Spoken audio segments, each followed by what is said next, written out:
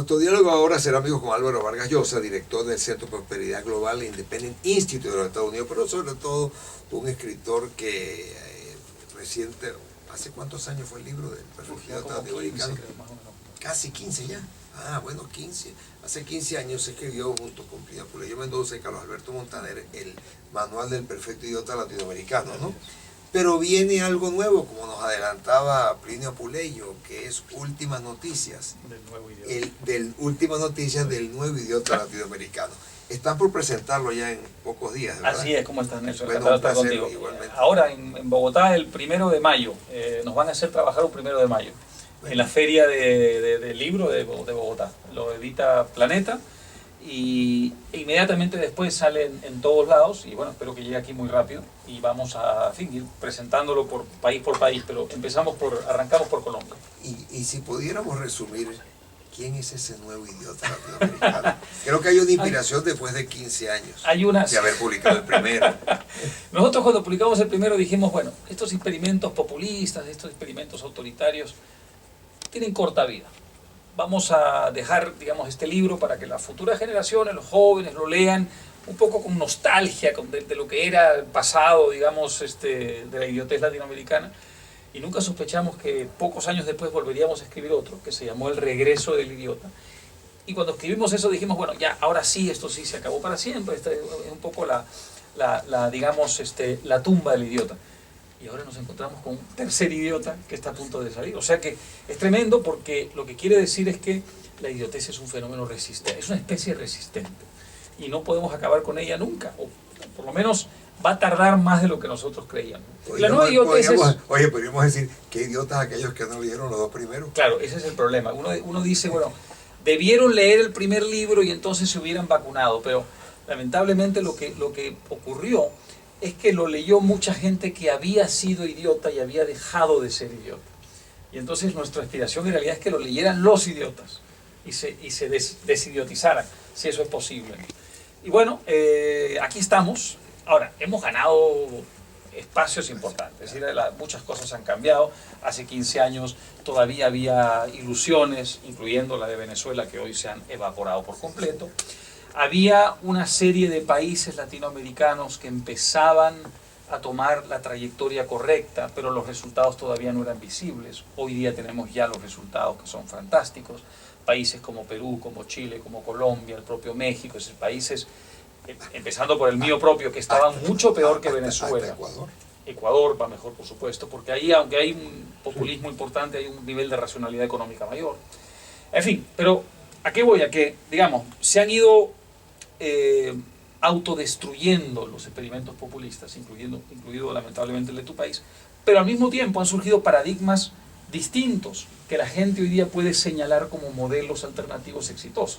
Una cosa es que se desplome, digamos, un sistema populista, pero no haya en el escenario latinoamericano una alternativa a la que uno pueda señalar como la alternativa, y otra muy distinta es lo que pasa hoy, donde tú tienes países a los que un venezolano crítico de la situación actual puede decir, oiga, mire lo que está pasando en Perú, mire lo que está pasando en Colombia, mire lo que está pasando en México, es decir, hay un conjunto de países hoy exitosos que están demostrándole a Venezuela, siendo países menos dotados de recursos que Venezuela, lo que Venezuela podría hacer si empezara a tomar las decisiones correctas. Por tanto, algo hemos avanzado. Sí se ha avanzado, y sobre todo hemos estado viendo, y yo insisto, y les he preguntado a todos y he planteado, yo sigo insistiendo en que estos estudiantes, se lo he explicado al mundo de alguna forma, de lo que uno ha podido hacer para afuera, que estas protestas, obstáculos, guarimbas, trincheras que han establecido los estudiantes, porque han visto una trinchera, una frontera que le impide ir al futuro. Los muchachos no tienen futuro viendo que estudian, y para qué les va a servir si la justicia, el que estudió Derecho, la justicia aquí la manejan a dedo. El que estudió para ser ingeniero, las que veía el cemento los domina el gobierno y se vinieron abajo. El que estudió Economía sigue en los lineamientos de un ministro que está obsoleto en el tiempo. Entonces vemos que el país se va desmoronando y estos muchachos están pidiendo volver a tener un futuro. Claro, es una ¿Sientes algo así? Sí, por supuesto, esto lo hemos vivido. Yo viví muy de cerca la experiencia de Fujimori en Perú. Yo fui parte de toda la resistencia democrática en Perú, Y allí los estudiantes jugaron un rol muy parecido al que están jugando acá. Así. En cierta forma estaban, yo siempre decía eso, yo recuerdo, y ahora en una conversación recordaba eso esta mañana, los estudiantes estaban 2 pasos por delante de los líderes políticos. Y en cierta forma pasa un poco lo mismo en Venezuela. Y es muy comprensible que así sea, por la razón que acabas de exponer. Y es que es la generación, digamos, que se está jugando su futuro. Si el futuro no cambia, es decir, si el presente no cambia el futuro. Y por tanto esa generación se echa a perder, se desperdicia por completo. El país renuncia a tener una generación de recambio en la toma de decisiones. Y eso es lo peor que le puede pasar a un país, porque eso significa, digamos, una nueva generación, por tanto 2 generaciones de fracaso. Entonces, se están jugando su futuro. ¿Por qué lo hacen de esa manera? Porque es la única vía que han encontrado. El sistema no les permite una vía para oxigenar al propio sistema, para buscar modificaciones dentro del propio sistema en la buena dirección. Esas vías están agotadas, están completamente cerradas. Entonces, es lógico que ellos adopten una posición que es al mismo tiempo que impaciente y rebelde, en cierta forma de supervivencia. En el fondo es el grito de supervivencia de una generación. Un gobierno mínimamente inteligente sabría hacer una lectura correcta de ese fenómeno de la sociedad civil, porque en el fondo es un fenómeno de sociedad civil, ¿no es cierto? Y la lectura correcta sería, bueno, esto es un campanazo de alerta para iniciar un proceso de negociación real, hablo de negociación real, para la transición hacia un escenario distinto. Un escenario en el que nosotros cedamos poder real, nos juguemos la posibilidad de tener que dejar el poder, pero tengamos garantizado que vamos a ocupar un espacio en esa sociedad, que no vamos a ser enteramente expulsados de ella ni vamos a ser aniquilados, pero al mismo tiempo en el que nosotros permitamos que el sistema encuentre vías de corrección. Eso es lo que está faltando hoy día. Si el sistema está tan cerrado en sí mismo que nadie percibe fuera de él ninguna fórmula para corregir lo que está pasando. Entonces, cuando una situación de esa naturaleza se da, generalmente la frustración puede generar violencia. Esto es lo que está pasando. Entonces, la principal responsabilidad la tiene el gobierno. El gobierno es el que puede modificar el escenario y la psicología de Venezuela hoy día, de tal modo que la gente que encuentra en la protesta desesperada e impaciente la única vía de escape, encuentre en una negociación y en un proceso de diálogo fructífero y de intercambio racional esa otra solución. Pero no hay manera de que la encuentren, de que vayan por ahí, si el gobierno no lo permite. Yo creo que esto es muy importante. Es decir, la verdadera iniciativa está en manos del gobierno. Claro que sí. Está en manos del gobierno y pareciera, como tú dices, que no lo entienden, pero el futuro... Que piense, perdóname Nelson, entonces decir, todos los ejemplos que hay de transición exitosa, en la que los que estaban en el poder siguieron jugando un rol, no fueron aniquilados, ni fueron expulsados del espacio público, de la ciudad, por decirlo en un sentido clásico, en Europa del Este, en Polonia, en Hungría, en la República Checa, en el propio Perú, es decir, en todos estos países, el proceso de negociación se dio cuando el gobierno entendió que se había llegado a una situación básicamente de no salida, en la que tenía que tomar una decisión audaz, valiente, corajuda, de inicio de un proceso de transición real, para crear un espacio en el que tanto la gente del gobierno como la gente de la oposición cupieran, para que tuvieran un rol que jugar, y luego dirimieran en elecciones limpias, elecciones muy distintas a las que se han dado aquí, así es, elementales, con observadores, dirimieran sus querellas legítimamente. Los países que optaron por esa vía hoy son los mejores de Europa del Este, es decir, Polonia, Hungría, la República Checa. Los países que optaron por la vía de la intransigencia terminaron ahogados en un baño de sangre, como Rumanía, y no solamente eso, sino que comprometieron los 15, los 20 años siguientes. Entonces, debería ser muy sencillo para gente mínimamente racional entender que esa es la forma. Ahora, vemos también una brecha muy grande entre la Venezuela de antes y la Venezuela de hoy, entre lo que Venezuela fue hace 15 años y lo que Venezuela es hoy.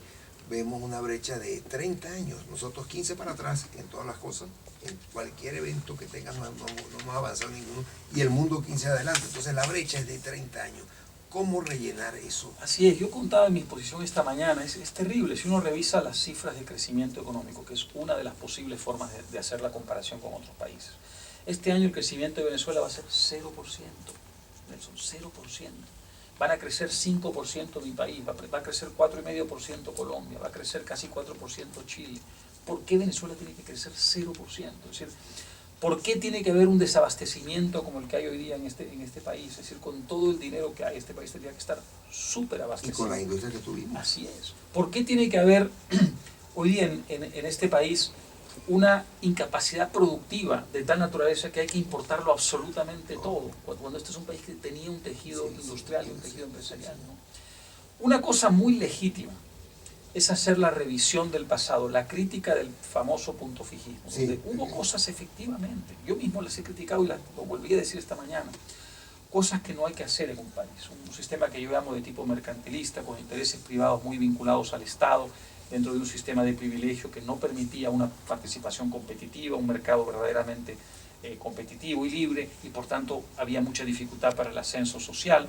Yo contaba que entre el año 76, que se nacionaliza el petróleo, y el año 2000, es decir, al final del siglo, ese periodo de un cuarto de siglo, se produce un deterioro de la economía y por tanto de la renta por persona, por habitante en este país dramático, es decir, cae 25% el nivel de vida. Obviamente eso explica en parte el surgimiento del fenómeno populista. Pero digamos, querer corregir eso no puede significar agravarlo. Yo diría hay un agravamiento enorme de lo que pasó en las décadas anteriores. Entonces, ¿por qué no empezar a inspirarse en los ejemplos de los países que están funcionando? Mi país tenía hace 15 años, un país que tenía a más del 55% de la población en la pobreza, hoy día no alcanza ni el 26 ni el 27%. Mi país ha triplicado la renta per cápita. Es un país que ha generado una clase media numerosa. Hoy día los barrios más pobres del país tienen una clase media dinámica, emergente, cuyas aspiraciones en realidad ya son tan grandes, esas aspiraciones, que en cierta forma sienten una frustración de no ser ricos. Es decir, que es una cosa realmente increíble. Es decir, ya se ha generado la dinámica del ascenso social a tal nivel que, digamos, sienten que el sistema es insuficiente y entonces se sienten frustrados, a pesar de que están infinitamente mejor. Bueno, Venezuela podría hoy día perfectamente inspirarse en esos ejemplos para modificar sustancialmente sus instituciones, su orientación productiva, pero lo primero que tiene que haber es un mínimo acto de inteligencia, de sentido común, de sensatez. Si no la hay, a lo que se encaminan es a convertir a Venezuela en un país de cuarto mundo, en una etapa de la historia de la civilización humana en la que es posible elegir ser próspero por primera vez. Esto es lo que no cabe en país. Yo supongo que esto lo intuyen los estudiantes y por eso salen frustrados y desesperados. Esa es una buena lección. Se puede elegir ser próspero y ser rico no es malo, como lo dicen los peruanos. No, es decir, Venezuela tendría que ser el país más rico de América Latina. No tiene ningún sentido que Venezuela vaya a tener un crecimiento de 0% este año, cuando el promedio latinoamericano va a ser 3 veces lo que estaba creciendo Venezuela. Es decir, ¿por qué? No tiene ningún sentido.